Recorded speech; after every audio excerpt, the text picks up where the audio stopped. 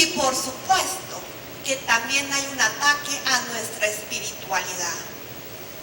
No le conviene que tú estés fuerte espiritualmente, porque si estamos fuertes espiritualmente empezamos a establecer límites y decimos Dios conmigo. ¿Y? Claro, hermana. Entonces por ahí te van a decir, ya vas otra vez donde Toby. Ay, Dios. ¿Y a qué vas a esa iglesia? Y ya otra vez estás leyendo la Biblia. Y les empiezan a poner el montón de sobrenombres negativos. Estos son algunas de las características del tipo de maltrato. ¿Cómo saber si lo sufres? Cuando tú te empieces a preguntar, ¿seré yo que lo tomo muy trágico a lo que él te hace? A que ya te dijo que eres X, Y, Z de forma ofensiva, que ya te está sujetando y obligando a hacer algo. Y te empiezas a preguntar, ¿seré yo que lo tomo muy trágico? ¿Lo habré provocado yo? Tal vez se hubiera contestado de otra forma. Mejor no le digo. ¿No va a ser qué?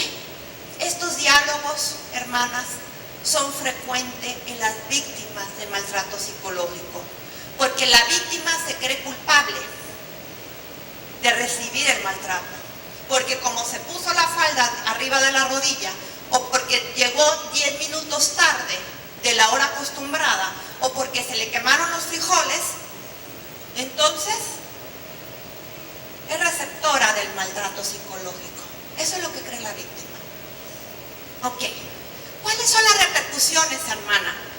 Repercusiones psicológicas y repercusiones físicas. La víctima tiene muy baja autoestima, cero autoestima, porque está permitiendo este maltrato. Tiene sentimientos de culpa y de indefensa. No sabe qué hacer con esto que está viviendo. Tiene un estrés crónico, continuo y ansiedad. Y a veces esta ansiedad se empieza a convertir en ataques de pánico. Y para refugiarse en algo, para evadir de la realidad, porque no puede refugiarse en alguien porque está aislada, muchas veces empieza a tomar, a fumar, a drogarse. Y cuando puede, a fugarse de la casa y a hacer conductas autodestructivas. ¿Cuáles son las consecuencias físicas?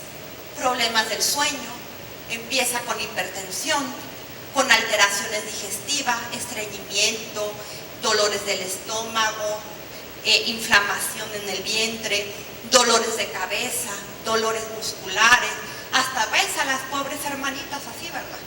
Ya está con la mirada ida, ya no se pintan o ya no se arreglan, ya empiezan a utilizar la ropa que el agresor les compra, pantalones 4 tallas más grandes que la que tú usas, camisetas hasta acá, para que nadie te vea. Y te da la paja que mientras menos te arreglas te ves más bonita. Claro, porque como no quiere que nadie te vea, que nadie te quite de él. Las consecuencias sociales, como les decía, hermana, esta es otra de las consecuencias que hay después del maltrato psicológico, que te aísla de toda interacción social que tú puedas tener, y también, por supuesto, que te afecta tu rendimiento laboral. ¿Cómo vas a rendir laboralmente si estás pensando en el gran problema que tenés en casa? Porque aparte del maltrato que tú recibes como compañera, como esposa, también tus hijos lo están recibiendo, muy seguramente. Porque el maltratador tiene un perfil psicológico, con el que ese perfil psicológico del maltratador lo desarrolla dentro del hogar. Y ya vamos a ver cuál es el perfil. Tienen muchas características, pueden ser hombres y mujeres también, pero como les dije, me enfoco ahorita a que víctimas son las mujeres. Son personas controladoras, el maltratador tiene una baja autoestima y la poquita que le queda a su víctima se la quiere chupar como vampiro, por eso la maltrata, porque él se sostiene con el poder que su víctima le da al aceptar el abuso. Los abusadores son personas inseguras de sí mismas, porque si tú tienes seguridad en tu persona, tú no necesitas dañar al otro. No le vas a decir cosas ofensivas. ¿Y por qué?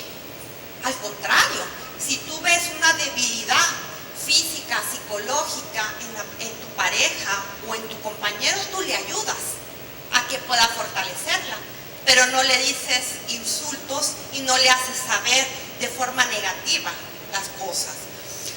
Tienen poco control sobre sus emociones, no maneja la emoción, no maneja el enojo, la tristeza, la ira, no la puede controlar, y entonces la descarga en su víctima. Por supuesto que no conoce la palabra empatía. Empatía, ponerse en los zapatos de su víctima, no lo hace. No tiene desarrollada esta habilidad. Baja tolerancia a la frustración. O sea, se frustra y lo que es agredirte, emocional o físicamente. Tiene posibilidad de personalidad psicópata. ¿Qué es esto de personalidad psicópata? Que no tenga compasión hacia los demás. Y, por supuesto, que son muy amables afuera. Son carismáticos, son sociables, son servidores, son lindos, colaboradores, etc. Pero adentro, todo lo contrario, lo opuesto. En algunos casos, ellos también han vivido violencia psicológica, los abusadores. Pero, hermana, esto no es motivo para que él sea abusador. Si tú has vivido violencia, ¿qué es lo que tienes que hacer? Primero, recibir la parte espiritual para que pueda fortalecer tu espíritu y puedas salir adelante. Y segundo, la orientación psicológica para que tú, como persona con libre albedrío, digas: yo no voy a maltratar, así como yo he sido maltratada. Porque muchas veces decimos: pero yo voy a hacer lo que me hicieron a mí, de forma inconsciente, y te cachas.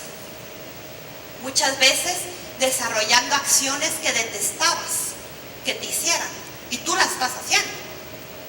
Entonces, cuando viene esa conciencia, tú dices: voy a buscar la ayuda espiritual y psicológica para salir adelante y yo poder ser diferente.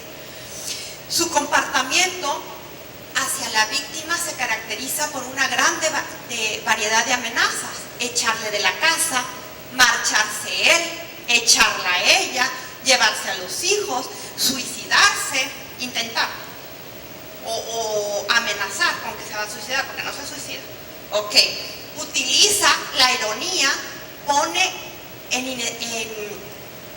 en duda la estabilidad emocional de la víctima al gritarle, al ofenderla, se irrita, tiene cambios bruscos en su estado de ánimo y, por supuesto, que culpabiliza a la víctima por las acciones que él hace. Y la víctima se la cree, por la autoestima deteriorada. Y cuando la víctima viene de un papá abusador, es la perfecta víctima para este acusador. ¿Por qué? Porque estás acostumbrada a recibir maltrato y crees que así es. Mi papá me maltrataba. No decir mi papá me maltrataba. Dices, mi papá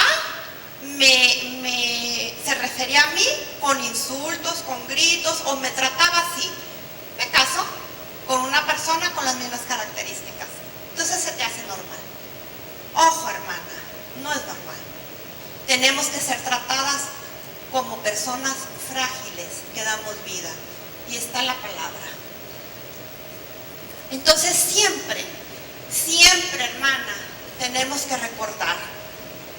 Primera de Pedro 3:7, se las voy a volver a repetir. Márquenla en su Biblia. Tenemos que recordar, las mujeres, que nuestros maridos nos tienen que tratar como vaso frágil, que damos vida. Acuérdense de eso. Es importantísimo que lo recuerdes. Nadie, ni tu marido, ni tu hijo, ni tu padre, ni tu hermana, ni tu tía, ni tu vecina, ni mamá, tiene derecho a maltratarte. Te pueden retroalimentar con un error que estás cometiendo. Te pueden tratar de fortalecer una habilidad, una cualidad, pero con respeto, con educación, con límites, no con palabras antisonantes. Y cuando te vengan a decir insultos o gritos, tienes que poner tu límite, porque tú eres una persona valiosa, porque tú eres una hija de Dios, y a las hijas de Dios nos trata, no se nos insulta, te lo tienes que creer.